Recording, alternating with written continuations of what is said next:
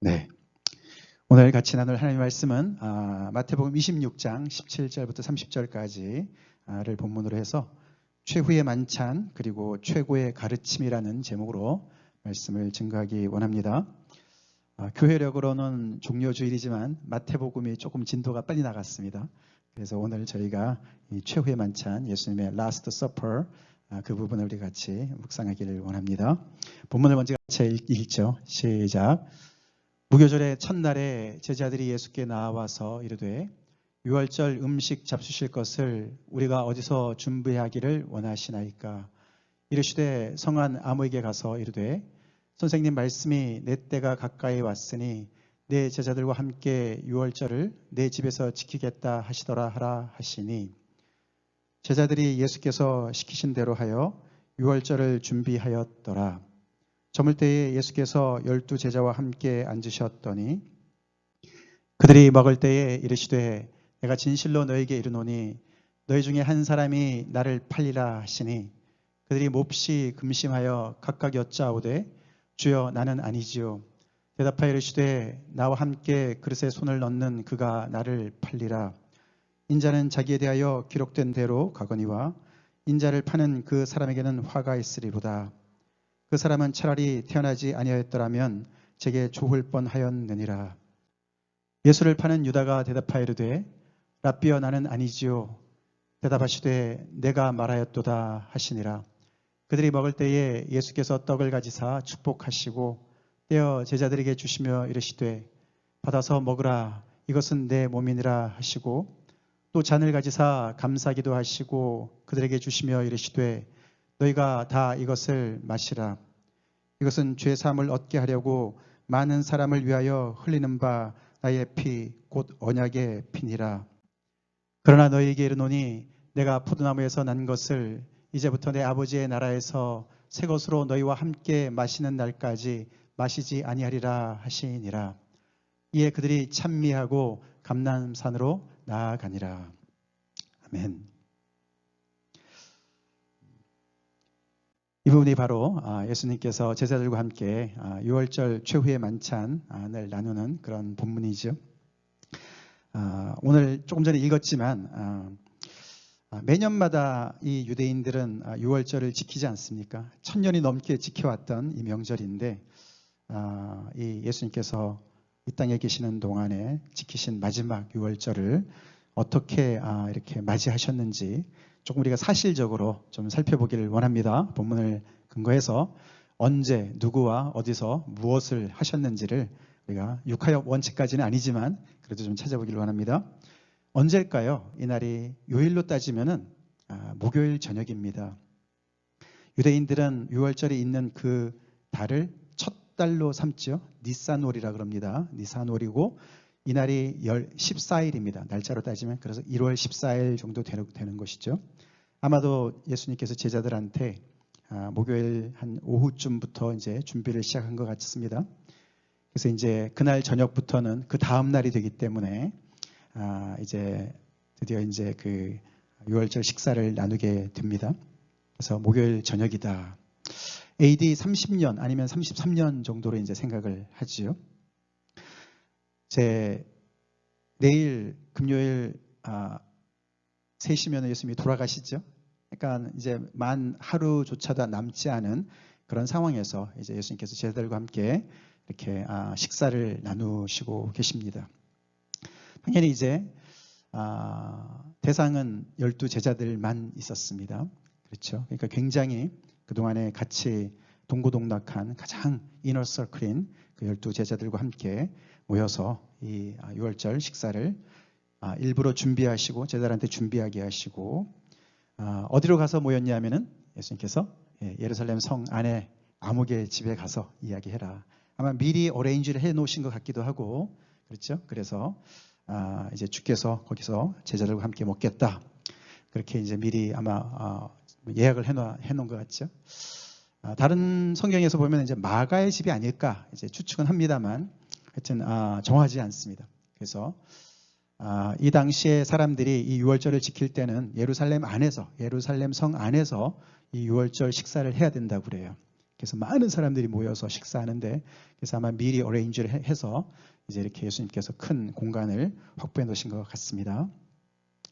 자, 그래서 이제 그들이 지금까지 계속 매년마다 가졌던 그 유월절 식사를 하는 거죠.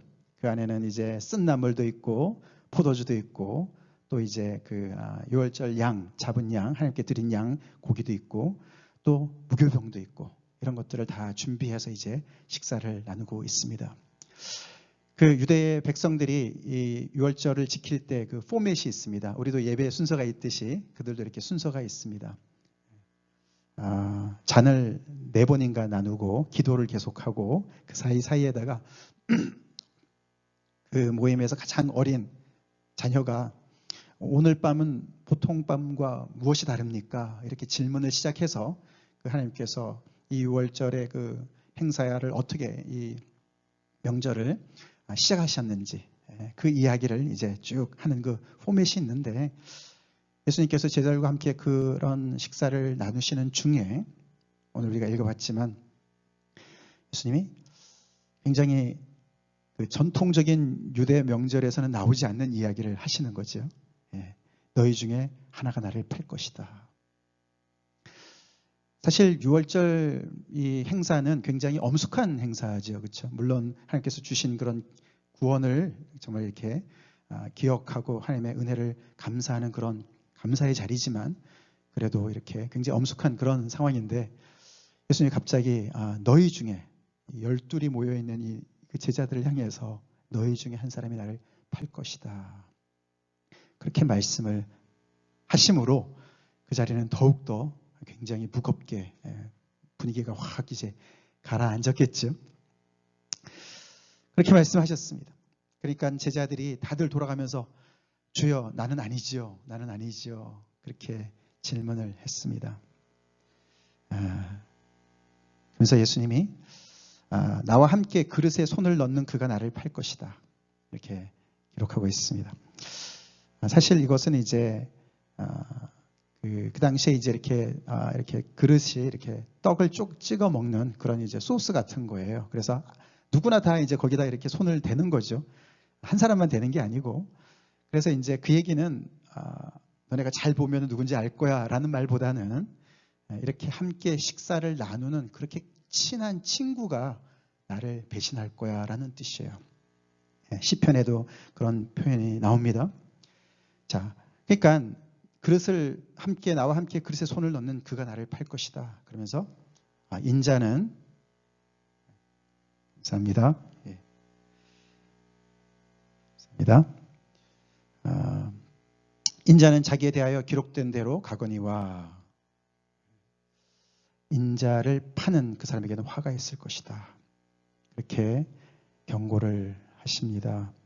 그러면서 그 사람은 차라리 태어나지 아니하였더라면 제게 좋을 뻔하였다. 왜 이 말씀 하실까요? 예수님은 다 아시지요? 다시 돌이키라고 얘기하시는 줄 믿습니다. 지금이라도 늦지 않았으니. 이미 가룟 유다는 팔았어요, 그죠? 내가 예수를 넘겨주겠다. 그리고 은 30을 받았습니다. 아무리 그렇게 했다 하더라도 예수님은 계속해서 그것이 가져올 결과가 얼마나 무서운지, 예수님은 그렇지 않아도 하나님께서 원래 정하신 대로 가시겠지만 그 사람이 너무너무 영혼이 불쌍한 것을 얘기하셨습니다. 그때 유다가 얘기를 하죠. 유다는 주여 그러지 않고 랍비여 이렇게 얘기합니다. 랍비여, 나는 아니죠. 대답하시되 내가 말하였도다. 그 말은 이제 좀 이렇게 암호가 섞여 있는 그런 말입니다. 유다는 뜨끔한 말이지만 다른 제자들은 무슨 말인지 잘 모르는 그런 말이라 그래요. 그러니까 You said so. 너가 그렇게 말했어. Not I. 내가 그렇게 말하지 않았어. 나는 아니지요 라고 너가 얘기했어. 내가 너가 아니다고 얘기는 안 해. 그 말을 포함하는 그런 뜻입니다. 자, 그런 이야기가 이제 왔다 갔다 하는 것이죠. 근데 그 이야기 속에 이제 점점 더 이렇게 그 예수님이 말씀하시는 그 뒤에 이야기가 가만히 보면은 이 자리가 사실 두 개의 드라마가 지금 계속 같이 병행하고 있는 것으로 우리가 볼 수가 있어요. 예수님이 모여 있는 이 자리, 예수님과 제자들이 있는 자리에 이 드라마가 두 가지가 같이 가는 거예요. 첫 번째 드라마는 당연히 오랫동안 이들이 지켜온 그 유월절 원래 명절의 그 메시지가 있는 것이죠, 그렇죠? 그것은 하나님의 구원의 구속의 드라마 아닙니까, 그렇죠? 그들이 조상들이 애굽에 종살이 할 때 하나님께서 모세를 보내시고 10가지 재앙을 통해서 맨 마지막, 그렇죠? 장자 첫 태생을 다 죽이실 때 모세를 통해서 양을 잡아서 피를 인방과 설주에 바르고 그 집 안에 있고, 그래서 이제 하나님께서 마지막 심판을 통해서 바로의 항복을 받아내시고 그들을 구원해내시는 그 유월절 얘기하는 거 아닙니까? 그렇죠?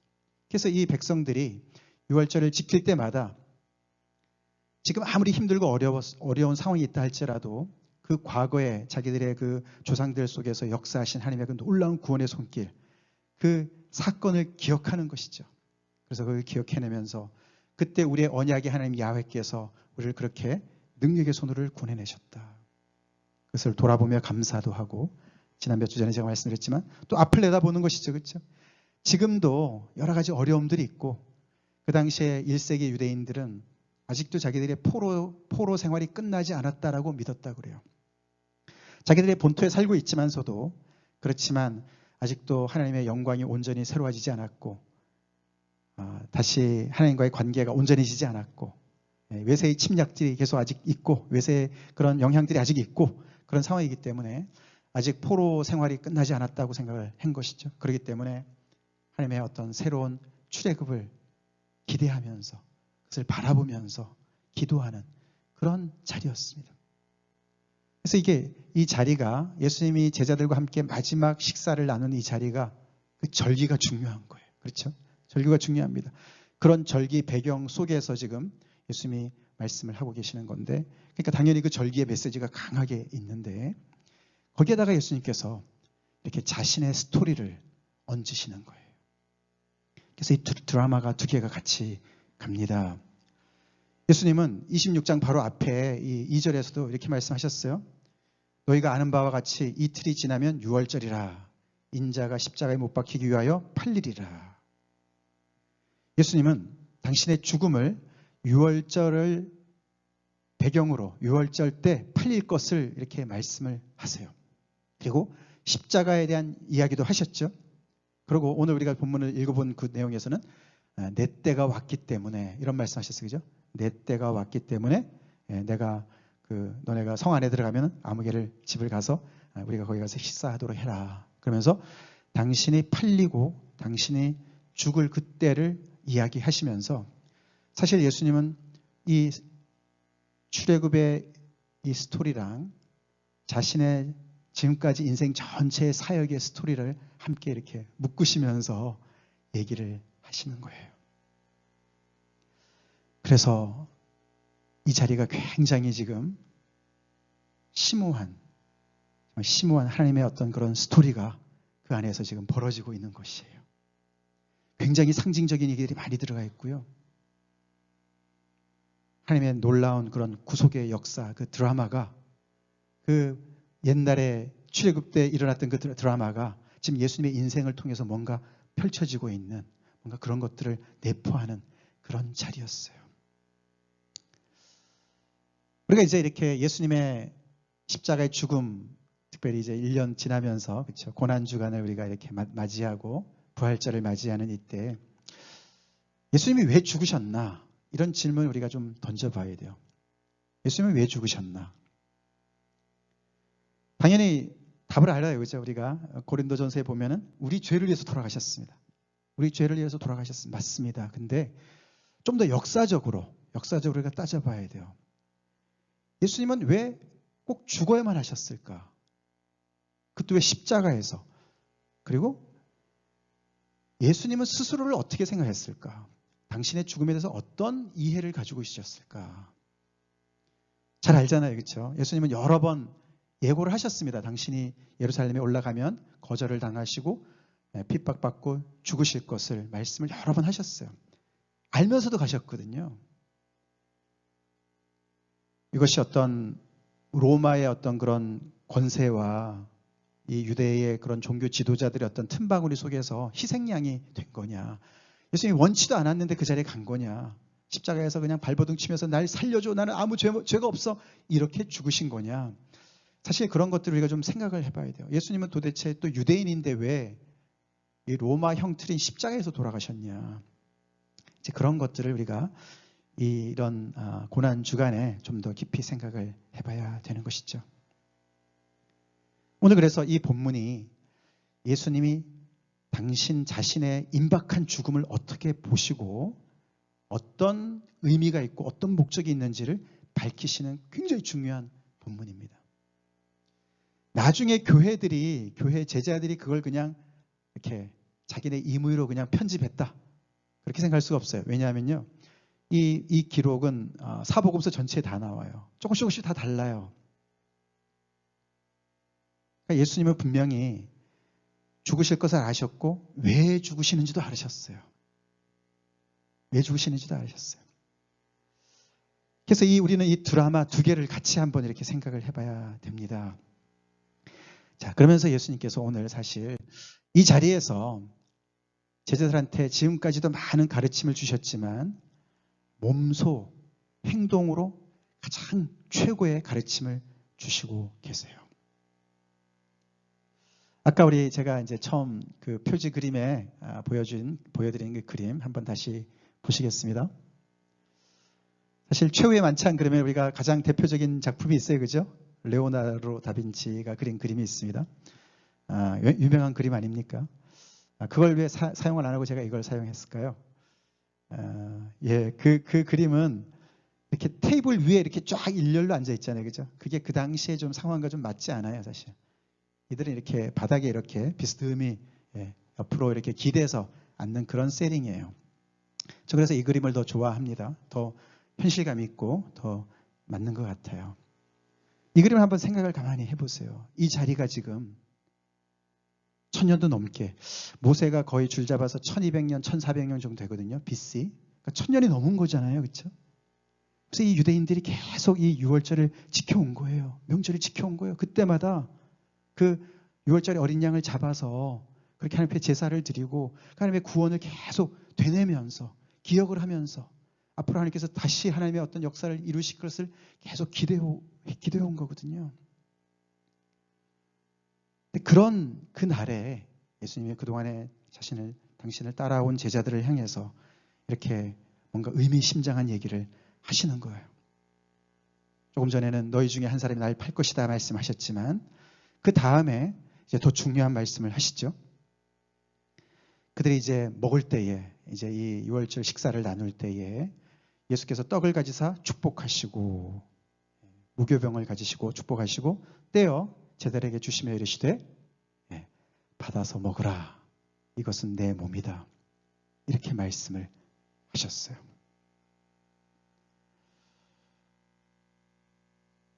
사실 이렇게 좀 제가 이렇게 앞에서 데몬스트레이트를 하면 좋겠는데 이 무교병이 한 덩어리인 것이죠. 그래서 이렇게 떼어가지고 찢어서 제자들한테 이렇게 주시는 거죠. 이렇게 하나씩. 그러면서 이게 내 몸이야. 이것을 먹어. 이렇게 말씀을 하셨다고요. 사실 그 자리에서 예수님은 마지막 식사 자리에서 예수님은 설교를 안 하셨어요. 강론을 안 하셨어요. 그냥 이 행동으로 설교를 하신 거예요. 보여주신 거예요. 행동으로 이 당신의 어떤 그 마지막 그 메시지를 제자들한테 보여주시는 거예요. 근데 그게 바로 무교병을 취해서 그것을 떼어서 찢어서 제자들한테 하나하나 주시면서 이게 내 몸이야. 몸이 그렇게 찢어진다는 얘기는 자신의 죽음을 얘기하는 거예요. 그렇죠? 예수님이 그냥 이 무교병을 찢어가지고 내가 이렇게 찢어서 찢김을 당해서 죽을 거야. 어떤 자기 자신의 어떤 죽음에 대한 어떤 그런 예고 정도 그렇게 해도 정말 충격일 것 같은데 내 몸이 이렇게 찢길 거야. 근데 이렇게 찢기는 이유는 너희로 하여금 먹게 하기 위해서 그런 얘기 하는 거 아닙니까? 그렇죠? 다시 말해서 내가 너희를 위해서 죽을 거야. 그 말을 하시는 거예요. 아니면은 더 나가서 내가 지금까지 너희들을 많이 가르치고 예수님의 우리 마태복음 사역을 우리가 쭉 지금까지 따라왔지만 예수님의 세 가지 중요한 그 사역이 있었어요. 그렇죠? 뭡니까? 가르침과 프리칭, 그죠? 예, 선포하시는 것과 힐링, 그죠? 그 다음에는 고치시는, 병자를 고치시고 귀신을 내쫓으시고 사람을 온전케 하시는, 그렇게 teaching, preaching, healing 이 세 가지를 계속 해오지 않으셨습니까? 그런데 그 모든 것에 어떻게 보면 이제 클라이막스로 예수님이 주시고 또 주신데 다 주셨는데도 이제 마지막 이제 자신의 몸을 그에게 주시는 것으로 이렇게 말씀을 하시는 거예요. 내가 이것 때문에 왔어. 내 몸을 너희들 위해서 주기 위해서 왔어 라고 말씀을 하십니다. 받아서 먹으라. 제자들은 아마 그 자리에서 오병이어 기적을 떠올리지 않았을까. 또는 예수님께서 그동안에도 나는 인자는 섬김을 받으러 온 것이 아니라 많은 사람들을 위해서 대속물로, 랜섬으로 대속물로 왔다. 그런 말들과 좀 연결을 했을지 모르겠습니다.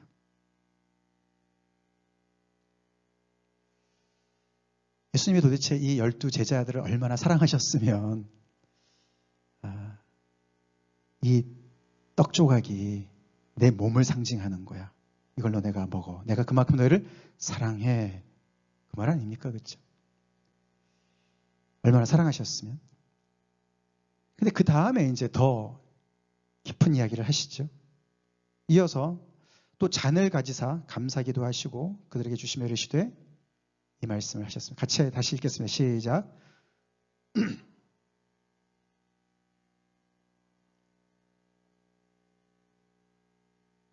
나의 피 곧 언약의 피니라. 네.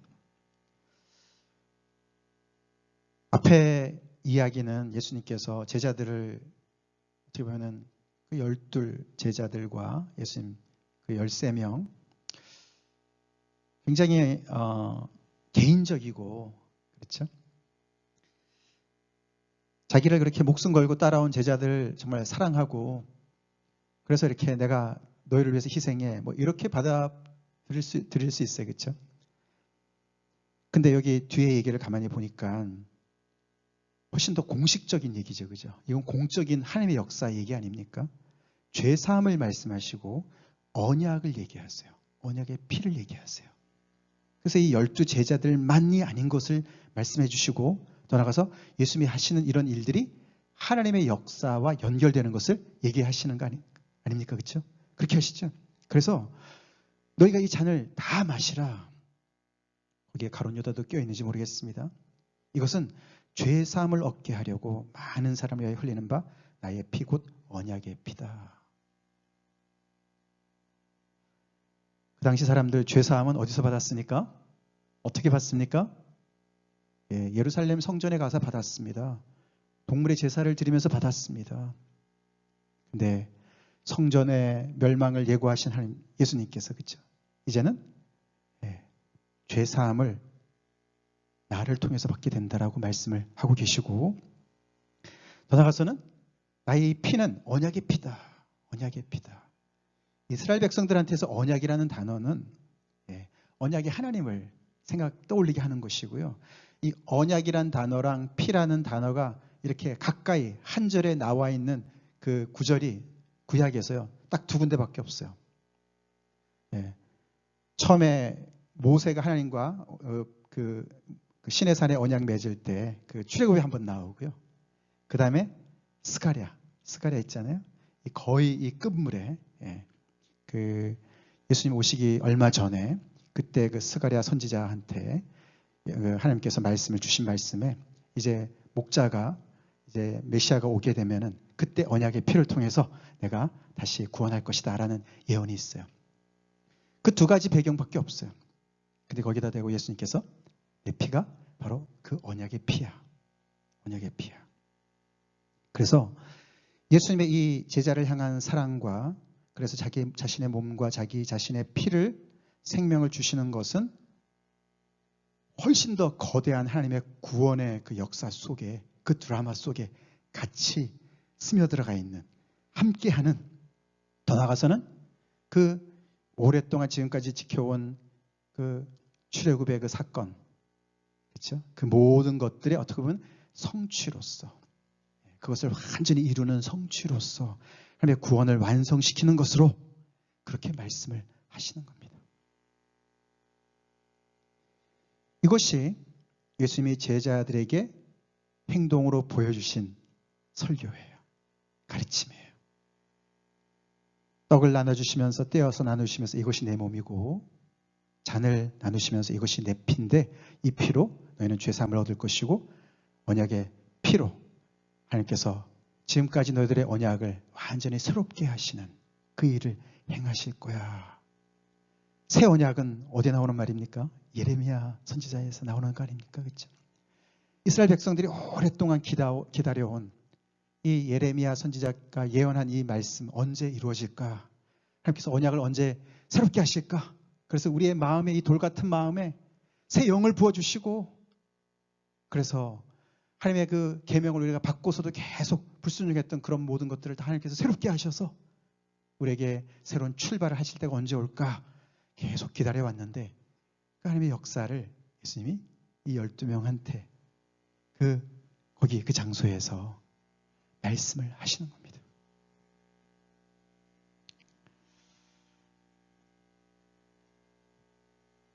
그래서 이것은 예수님이 자신의 죽음이 어떤 의미를 갖는지, 왜 당신이 죽는지, 그리고 무엇을 위해서 죽는지, 또 그것을 통해서 하나님의 역사와 어떻게 연결이 되는지를 다 하나하나 다 설명해 주시는 그런 그림 설교였습니다. 그림 설교였어요.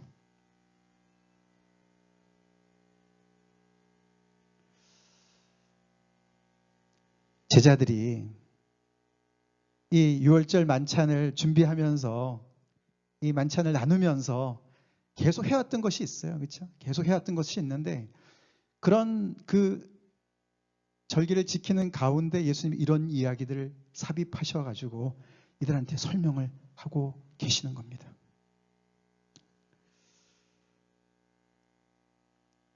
결국 예수님은 자신의 주님 하나님의 뜻을 향한 그런 순종을 통해서 당신이 왜 이 땅에 오셨는지, 무엇을 위해서 오셨는지 그것을 밝히고 계시는 거예요.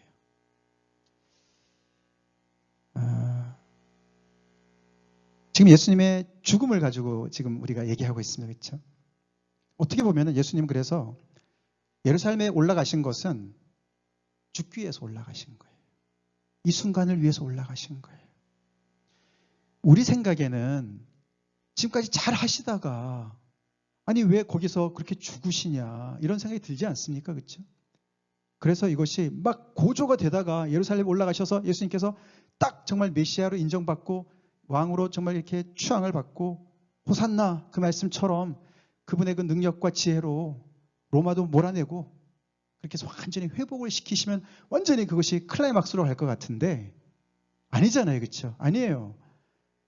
제자들한테 여러 번 말씀하신 대로 예수님이 이렇게 자신이 십자가에 죽으실 것을 얘기하기 때문에 말씀하시기 때문에 제자들은 이런 결말이 도대체 어디 있냐. 아니 잘 나가다 왜 이렇게 나가냐. 삼천바로 빠지냐. 그렇게 생각을 당연히 하겠지만 아니죠. 예수님이 이런 말씀을 가만히 들어보니까 이것이 정말 어떻게 보면 숨겨진 하나님의 클라이막스였던 거예요.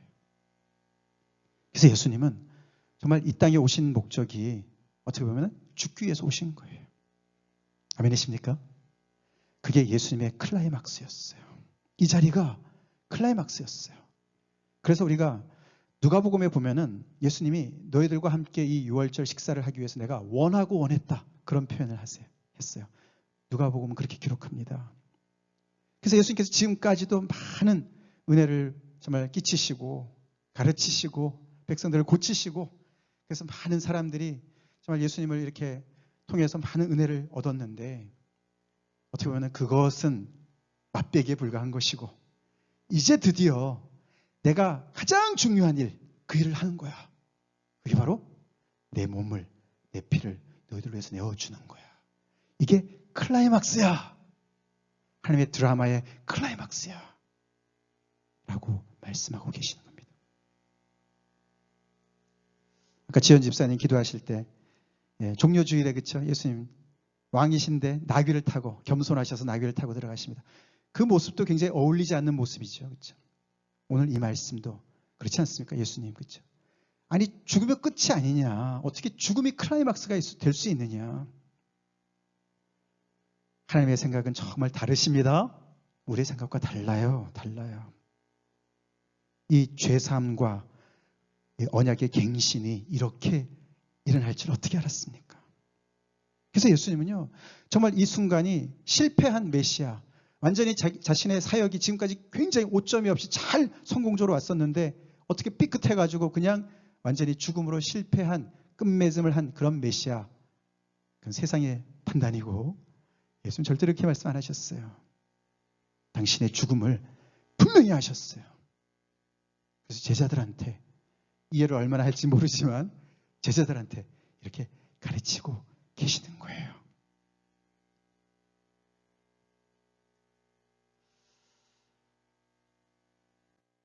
어쨌거나 우리는 메시아의 죽음은 정말 굉장한 낭비로 우리는 느껴집니다. 그렇죠?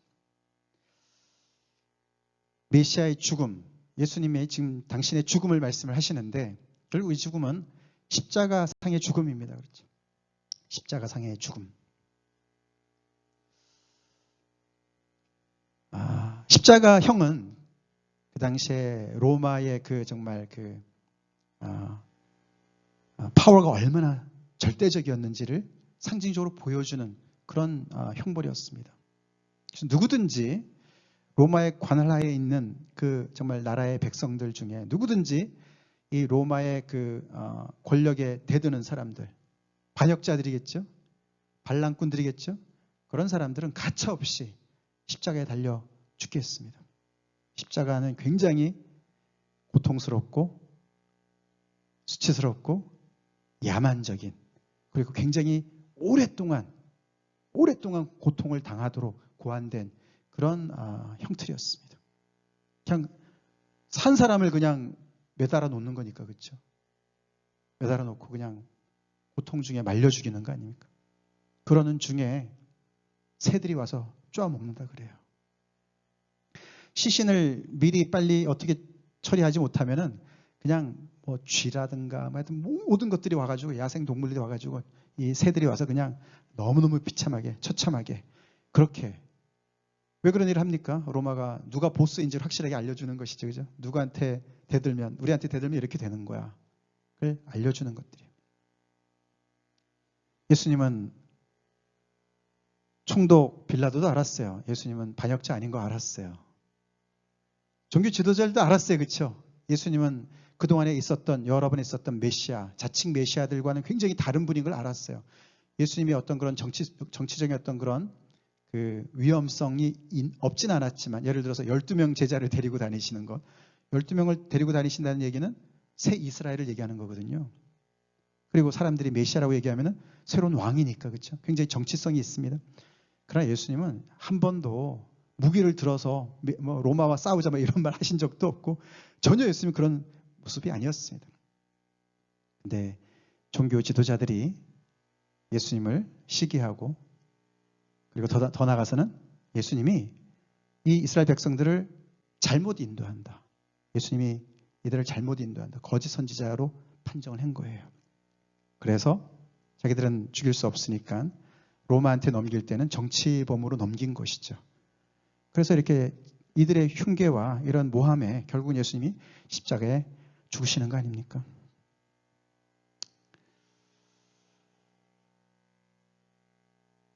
그래서 이렇게 몸이 찢기시고 피를 흘리시고 그런 모습으로 예수님이 죽으시는데, 누가 보더라도 실패한 메시아죠. 실패한 메시아입니다. 그래서 예수님의 그런 모든 그런 지금까지 우리가 만나봤던 예수님의 그 엄청난 그 능력과 지혜, 그렇죠? 자연도 순종하는 그런 놀라운 능력, 사람들을 꿰뚫어 보시는 통찰력, 귀신도, 그렇죠? 쫓겨나가는 그런 놀라운, 정말 뭐 하나 막히심이 없는, 하나도 막히심이 없는 그런 분이신데, 아무리 생각해봐도 좀 낭비 같아요. 그렇죠? 좀 더 오래 사셔서 더 많은 일을 하시지. 그 예루살렘에서 그렇죠? 얼마나 정말 그 당시에 억울한 사람들도 많았을 것이고 그런 모든 것들을 다 봤을 때 여전히 예수님의 죽음은 낭비처럼 보이지 않습니까? 우리가 이 26장 바로 앞에 맨 앞에서 지난주 중에 우리가 살펴본 낭비하는 여인이 하나 있었습니다. 그렇죠? 아시죠? 제자들이 그 여인을 낭비하는 것 때문에 너무나 분개한 그런 사건이 있었습니다. 이 여인은 베단이라는 굉장히 가난한 사람들, 병든 사람들이 많이 살고 있는 감람산의 이 기슭에 있는 그런 동네의 어떤 여인이었습니다. 이 여인이 너무나 비싼 향유 한 옥합을 가져와서 예수님 식사하는 자리에 와가지고 예수님 머리에다 부었어요. 그게 나드 향유라 그래서 거의 작년 1년 봉급이라 그래요. 그 정도로 정말 엄청나게 비싼 것을 한순간에 날려버린 거죠. 그러니까 제자들이 너무나 분개해서 아니 이렇게 비싼 거를 팔아서 가난한 사람들한테 나눠주지 어쩌자고 이걸 이렇게 낭비했냐, 허비했냐 이렇게 얘기를 했습니다.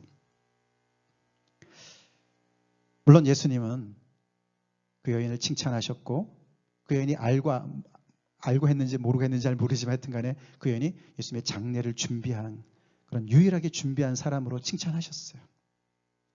사실 허비가 아닌 것이었어요. 그렇죠? 그러시면서 앞으로 복음이 전파되는 모든 그런 속에 그 여인이 행한 것도 같이 전파될 것이다. 이렇게 말씀하셨어요. 왜 그 여인이 한 일과 이 예수님의 이 복음과 무슨 연관이 있어서요? 이 허비 부분에 공통점이 있거든요. 어디를 보더라도 예수님이 죽으신 것은 허비같이 보이지 않습니까? 그렇죠? 예수님이 그 12명, 사실 그래서 이게 아까 언약의 피라 그랬지 않습니까? 이 새 언약 공동체가 지금 12명밖에 안 되는 거예요. 그것도 한 사람은 지금 예수님을 배신하고 떠나갈 것이고 11명밖에 없어요. 하나님의 아들이신 예수님이 생명을 들여서 그들을 죄사함과 구원을 이루신다 하더라도 다른 더 큰 일이 있을 것 같지 않습니까?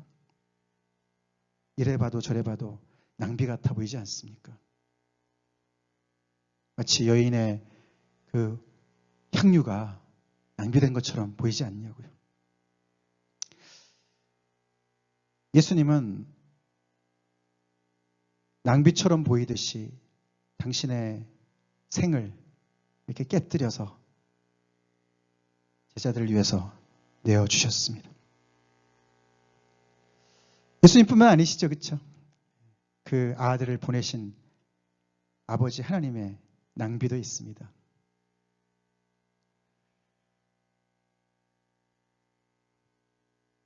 그래서 우리가 세상 기준으로 보면 정말 다 너무나 말이 안 되고 이게 앞뒤가 안 맞는 것 같고 굉장히 논리에도 안 맞고 이성적인 것 같지도 않고 아까 제자들이 따지는 건 똑같죠. 그렇죠? 가난한 자들을 더 보살펴 주는 게 더 하나님이 기뻐하실 것 같습니다. 옥합을 깨뜨려서 예수님의 머리에 붓는 것 대신에 저도 그런 생각합니다. 그렇죠? 하나님께서 세상을 구원하시는 방식이 왜 꼭 예수님이 십자가에 죽으시는 방법으로밖에 안 될까? 다른 방법은 좀 없으신가?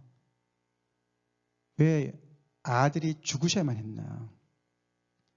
그것도 하나님은 하나밖에 없는 아들을 또 내어주셨다고 표현하지 않습니까?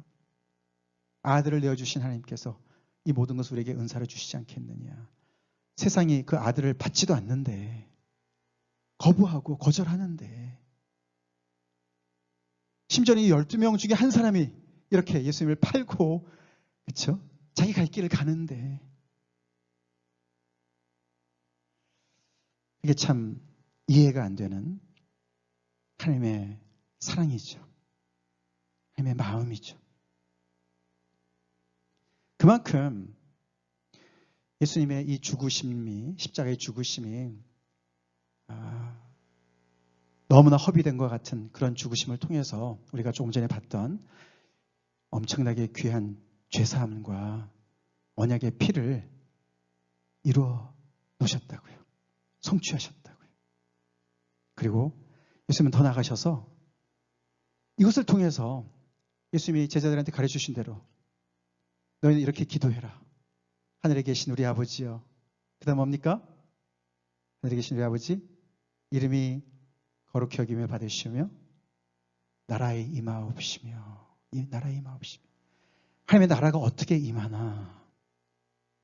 우리 나름대로 다 생각이 있어요. 그렇죠? 어떻게 하면 이 세상이 바뀔까? 어떻게 하면 세상이 더 좋은 세상이 될까? 유대인들한테 해당되는 이야기는 그렇죠. 언제 하나님의 나라가 도래할까?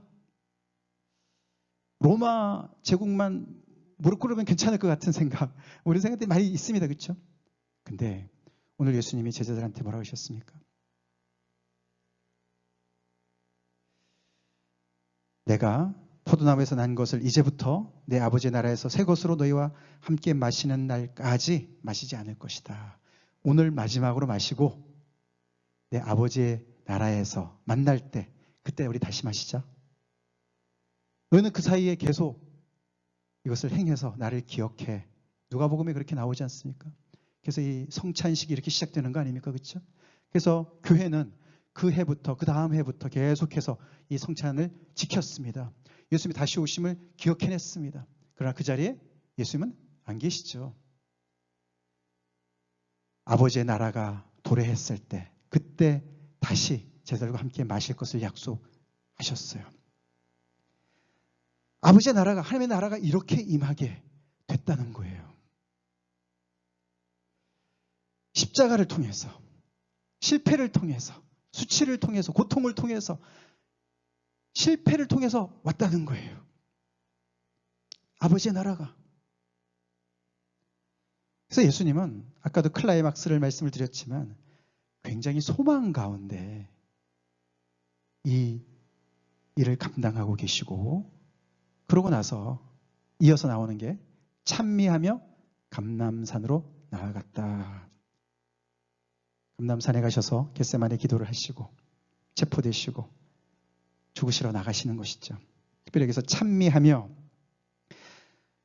유대인들이 전통적으로 이 유월절을 지킬 때 그 시편 113편부터 118편을 이렇게 노래한다고 그래요. 궁금하시죠? 그 안에 어떤 내용이 들어가 있는지 궁금하시죠?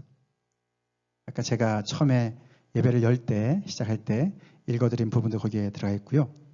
특별히 거기에 우리가 113편이 이렇게 시작합니다. 한번 들어보세요. 이들이 이제 매년마다 6월절을 지키면서 아까 설명드린 그런 그 배경 속에서 이것을 노래하는 거예요. 하나님의 구원에 감사하지만 또 구원하실 하나님을 바라보는 그런 마음으로 노래하는데 113편이 이렇게 시작합니다. 할렐루야, 여호와의 종들아 찬양하라. 여호와의 이름을 찬양하라. 이제부터 영원까지 여호와의 이름을 찬송할지로다. 해 돋는 데서부터 해 지는 데까지 여호와의 이름이 찬양을 받으시리로다. 여호와는 모든 나라보다 높으시며 그의 영광은 하늘보다 높으시도다. 그러셨기 때문에 자기 조상들을 그 바로의 압제에서부터 구원해 다셨다는 것을 고백하는 것이죠. 그렇게 찬양을 합니다. 이어서 합니다. 여호와 우리 하나님과 같은 이가 누구리요? 높은 곳에 앉으셨으나 스스로 낮추사 천지를 살피시고 가난한 자를 먼지 더미에서 일으키시며 궁핍한 자를 거름 더미에서 들어 세워 지도자들 곧 그의 백성의 지도자들과 함께 세우시며 또 임신하지 못하던 여자를 집에 살게 하사 자녀들을 즐겁게 하는 어머니가 되게 하시는도다. 할렐루야. 이렇게 끝납니다. 지극히 크신 하나님, 그 누가도 비교하지 할 수 없는 그런 하나님께서 높으시지만 낮은 자를 살피시는 분이시죠. 그래서 이스라엘 백성들이 바로의 앞자리에 고통 가운데 신음할 때 내려가서 구원하신 줄 믿습니다. 그 얘기를 하시는 거죠. 그래서 그들에게 역전의 삶을 선물로 주셨어요. 종들을 해방시켜서 그들을 자유인으로 만드셨습니다. 하나님의 백성으로 만드셨습니다. 바로의 종에서 하나님의 백성으로 만드셨어요. 그런 이야기를 같이 하는 것이죠. 가난한 자들을 먼지더미에서 일으키시고 궁핍한 자를 거름더미에서 들어 세워서 높은 데 올리시는 그런 하나님을 노래합니다. 이분이 왜 이렇게 비교할 자가 없습니까? 오늘 우리도 이 본문을 그렇게 보지 않습니까? 어떻게 당신의 사랑하는 아들을 이런 수치와 모욕과 거절과 고통의 실패의 십자가를 통과하도록 하실까? 그렇게 하셔서 결국은 이 인간의 모든 그 죄악을, 결국은 이스라엘 백성들의 죄로 시작되는 것이죠. 그렇죠? 그 모든 인류의 모든 죄악들을 그런 식으로 해결을 하실까? 정말 우리는 이해가 안 갑니다. 제가 113편만 읽어드렸는데 이번 주간 동안 여러분 고난주간 지내시면서 113편부터 118편 하나하나 읽어보시기 바랍니다. 유대인들의 심정을 한번 가지시면서 특별히 여기서 예수님의 제자들도 예수님과 함께 이렇게 찬미하면서 감람산으로 가셨습니다. 예수님은 어떤 심정으로 그 찬양을 하시면서 가셨을까? 오늘 우리가 종려주일이기 때문에 호산나, 그죠? 호산나. 무리들이 이렇게 종려 가지 나무 가지를 꺾어서 흔들면서 그렇죠? 호산나 찬송하리로다. 주의 이름으로 오시는 이여. 호산나 우리를 구원하소서. 그 부분이 바로 118편에 나오는 내용이에요. 118편. 거기에 이런 구절이 나옵니다. 여호와여 구하옵나니 이제 구원하소서. 이게 호산나거든요. 이제 구원하소서. Save us. 이게 호산나예요. 여호와여 우리가 구하옵나니 이제 형통하게 하소서. 간구하는 거죠. 그래서 이 118편이 또 다른 구원을 바라보면서 기도하는 거예요. 호산나 하나님 그 놀라운 그 구원의 역사를 다시금 행하시옵소서. 그렇게 1000년이 넘게 기도해 왔어요. 이스라엘 백성들이. 예수님이 지금 그 찬송을 부르시면서 감람산으로 제자들과 함께 가십니다. 그 기도의 응답으로 가시는 줄 믿습니다. 그렇게 가신 거예요. 그들이 예상했던 그 길과는 전혀 다른 길, 십자가의 길로, 죽음으로, 실패로 완전히 끝나는, 그래서 거짓 선지자로 그렇게 정말 치부를 당할 수밖에 없는 그런 길로 예수님은 아버지의 뜻을 따라서 그렇게 가셨어요. 그 길로 가셔야만 하나님의 나라가 이 땅에 임할 수 있기 때문에, 그래야만 이 백성들이 죄사함을 얻을 수 있기 때문에. 사실 여기서 죄사함이라 그럴 때 우리는 지금 우리 크리스천들은 계속 굉장히 개별적인 얘기를 많이 생각합니다. 그것도 맞습니다. 근데 유대인들은요, 이 죄사함 그러면은요, 나라의 회복을 생각했어요. 나라의 회복. 그래서 종살이가 끝나는 걸 생각했어요. 하나님께서 우리를 다시 오게 하셨지만 이렇게 너무나 지지부진한 이런 영적인 이런 정말 이런 이 가사 상태, 살아있으나 죽은 것 같은 이런 상태, 이런 림보 상태, 이걸 언제 끝내실까? 하나님이 죄를 사해 주시면 끝날 거야. 그런 생각을 하고 있었어요. 그것을 말씀하시는 거예요. 내가 이 죽음으로 십자가를 통과함으로 너에게는 새로운 출발이 열릴 거야. 너는 드디어 죄사함을 얻고 새 출발을 얻을 거야. 너희는 새로운 믿음의 정말 그런 하나님의 백성으로 거듭날 거야. 근데 그게 누구라고요? 이스라엘 전체가 아니고 이 12 제자를 보고 말씀하시는 겁니다. 그리고 그들을 통해서 앞으로 계속해서 들어올 교회를 두고 말씀하시는 겁니다. 아멘이십니까? 하나님의 역사가 그렇게 이어져 갔습니다.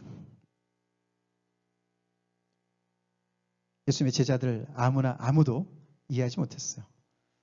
결국 예수님을 따라갑니다. 그렇지만 예수님이 또 예고하시죠. 너희가 다 나를 버리고 흩어질 것이다. 말씀에 목자를 칠 테니까 양들이 다 흩어질 것이다. 말씀이 있는데 그것이 응해질 것이다. 베드로는 또 호언장담합니다. 저는 절대로 아닙니다. 아니다. 그렇죠? 세 번이나 너가 나를 부인할 것이다. 사실 예수님이 정말 너무너무 처절히 외롭게 그 길 가셨어요. 그렇죠? 외롭게 가셨어요. 아무도 이해하지 못하는, 말씀 이렇게 하셔도 전혀 이해하지 못하는 그 길을 가셨어요. 이 십자가의 길, 우리 요즘에 고린도서를 통해서 배우고 있지만 우리 모든 그리스도인들이 가야 되는 길입니다. 교회가 가야 되는 길입니다. 오늘날도 하나님의 나라는 유능한, 세상에서 정말 모든 사람들보다 뛰어난 어떤 그런 세상이 인정하는 유능한 어떤 그런 것으로 오기보다는 이런 십자가로 오는 줄로 믿습니다. 자기 희생, 자기 부인, 죽음을 통해서, 실패를 통해서 하나님의 나라가 임한다는 것을 우리는 봐야 됩니다. 그래서 가룟 유다 같이, 가룟 유다가 왜 예수님을 팔아넘겼을까요? 아마 그가 너무 똑똑해서 그런 것 같아요. 너무 이성적이고 굉장히 냉철한 사람이었던 것 같아요. 돈꾀를 맡은 사람이었습니다. 돈꾀 아무나 맡습니까? 똑똑해야 맡죠. 저희 교회도 우리 재정부장 집사님 계시는데 정말 잘 하시잖아요. 돈 아무나 못해요. 그죠? 관리 못합니다. 가룟 유다. 근데 그게 똑똑한 머리를 가지고 예수님을 굉장히 이렇게 판단을 한 것이죠. 상식을 벗어나는 메시아라고 생각했던 것이죠. 다른 이유도 있을지 모르지만. 그래서 우리가 다시 한번 우리는 십자가 앞에 딱 막혀 있는 거죠. 우리가. 그렇죠? 하나님을 믿기 위해서는 우리는 십자가를 통과해야 돼요. 오늘 여기 십자가 너무나 잘 만드셨는데, 저도 이렇게 십자가를 세워놨는데, 우리 평상시보다 오늘 더 십자가를 이번 한 주간 더 묵상합시다.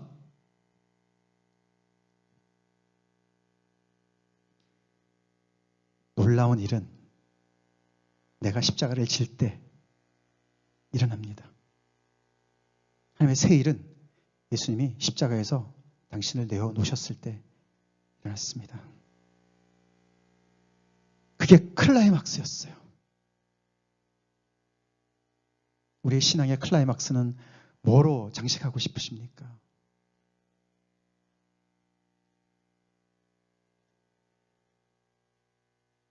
예수님의 이 자신을 다 내어주시는 이 이야기를 하시면서 제자들을 마지막으로 이렇게 그림으로, 행동의 모습으로 가르치시는 그 말씀을 우리가 마치 그 자리에 있는 것처럼 그렇게 예수님의, 하나님의 사랑을 아멘으로 화답하는 우리가 되길 간절히 기도합시다. 다 같이 기도하겠습니다.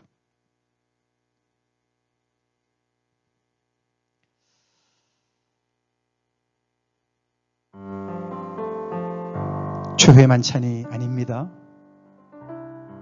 우리가 다시 예수님과 함께 먹고 마실 날이 올 줄로 믿습니다. 오늘 우리가 성찬식은 안 하지만 우리가 매번 성찬식 할 때마다 우리는 이 자리를 늘 떠올리지 않습니까?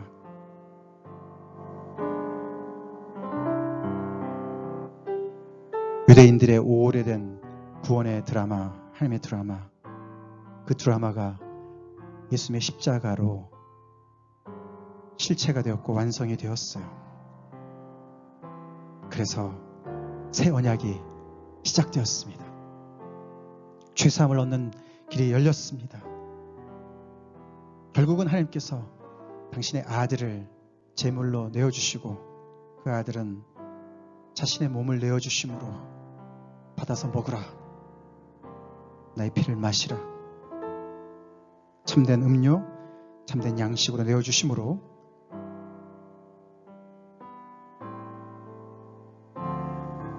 하나님의 마음을 보여주시는 거 아닙니까? 하나님은 어떤 분이실까?